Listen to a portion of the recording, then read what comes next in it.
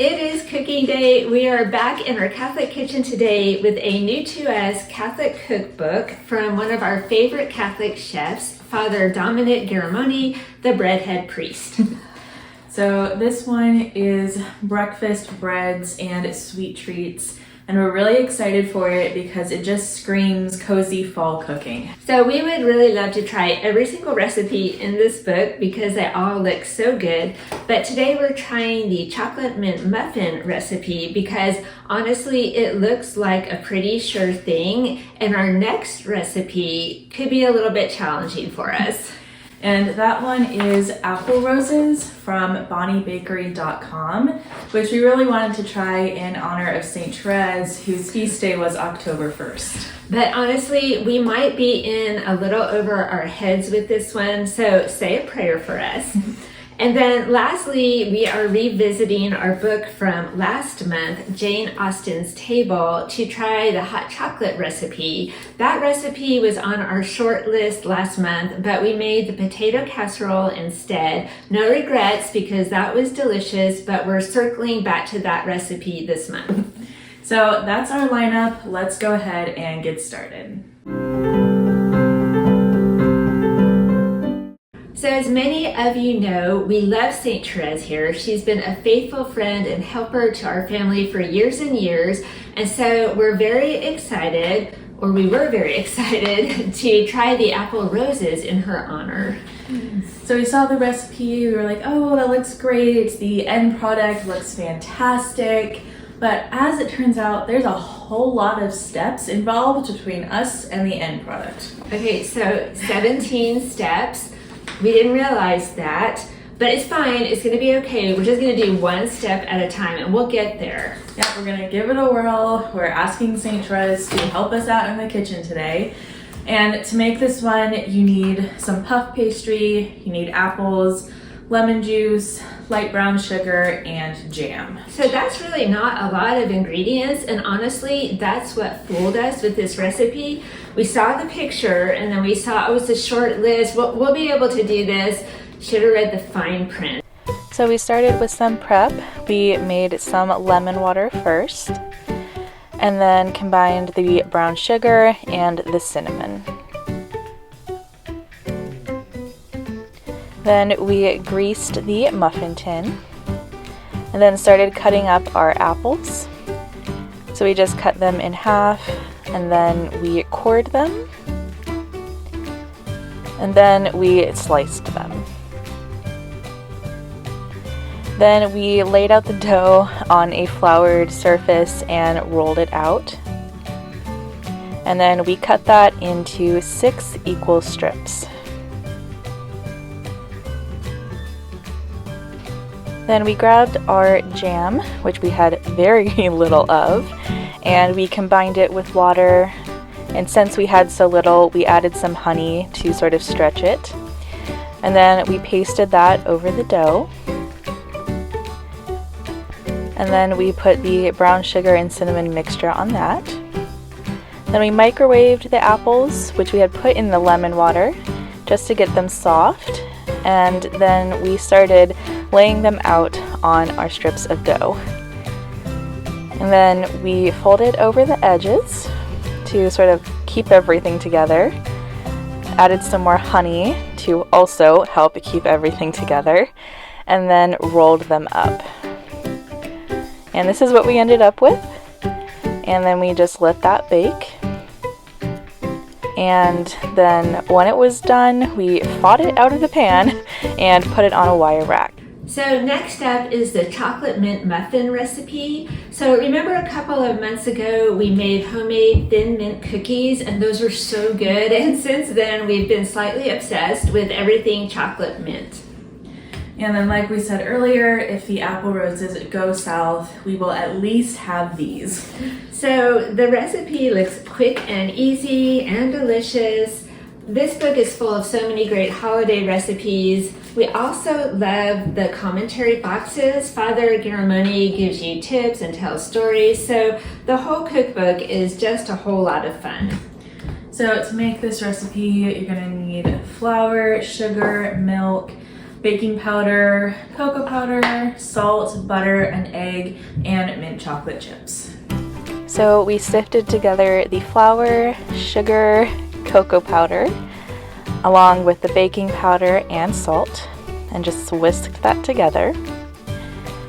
Then we had the milk, which we combined with the melted butter and the egg.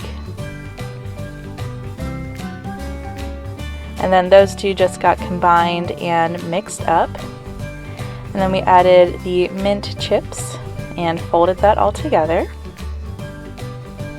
And then we just put that in our muffin tin and we let that bake.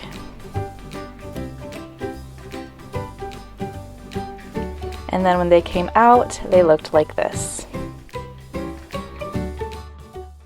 And then last up, we're trying General Tilney's hot chocolate recipe from Northanger Abbey. And so it's kind of fun because it gives you the history of hot chocolate in England, and it also tells you a little bit about the story. And it says the recipe makes hot chocolate just like the villainous general likes it. And so it's finally cool enough here to actually enjoy something like hot chocolate. So we immediately wanted to try this one. To make it, you need powdered sugar, regular sugar, milk, dark chocolate, and then it called for heavy cream to get whipped up to be a topping, but we didn't have any of that, so we're just going with some plain old marshmallows instead. Right, you could add liqueur, like some type of Irish whiskey, into the whipped cream and put it into the hot chocolate as a topping. We might need that after the apple roses, so we'll see. So we started first with grating the chocolate, which looked like it was going to take forever. So we cheated a little bit and put it in our food processor.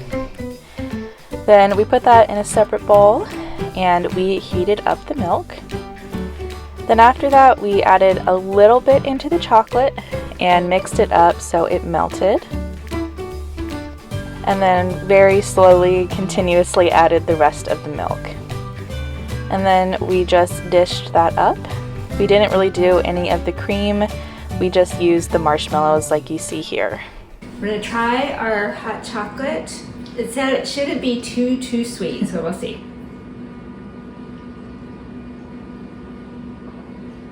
Oh, it's very good, yeah.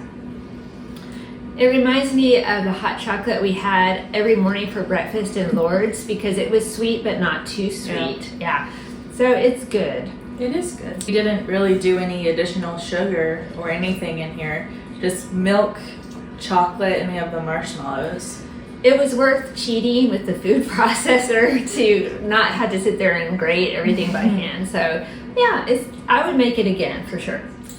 Okay, now we're taste testing the roses. They did turn out, so Some of them. wow. Well, some of them look more rose-like than others, but hey, for our level of chef, which is very low, they turned out pretty well. But how do they taste? Tastes like you would expect. They are very good. Would I go to all this work again? No.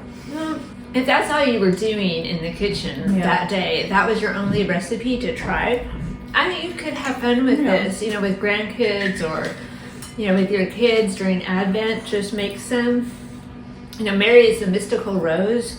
So there you go. Okay, the muffins are done. We're going to give them a whirl. Smell good. They smell good.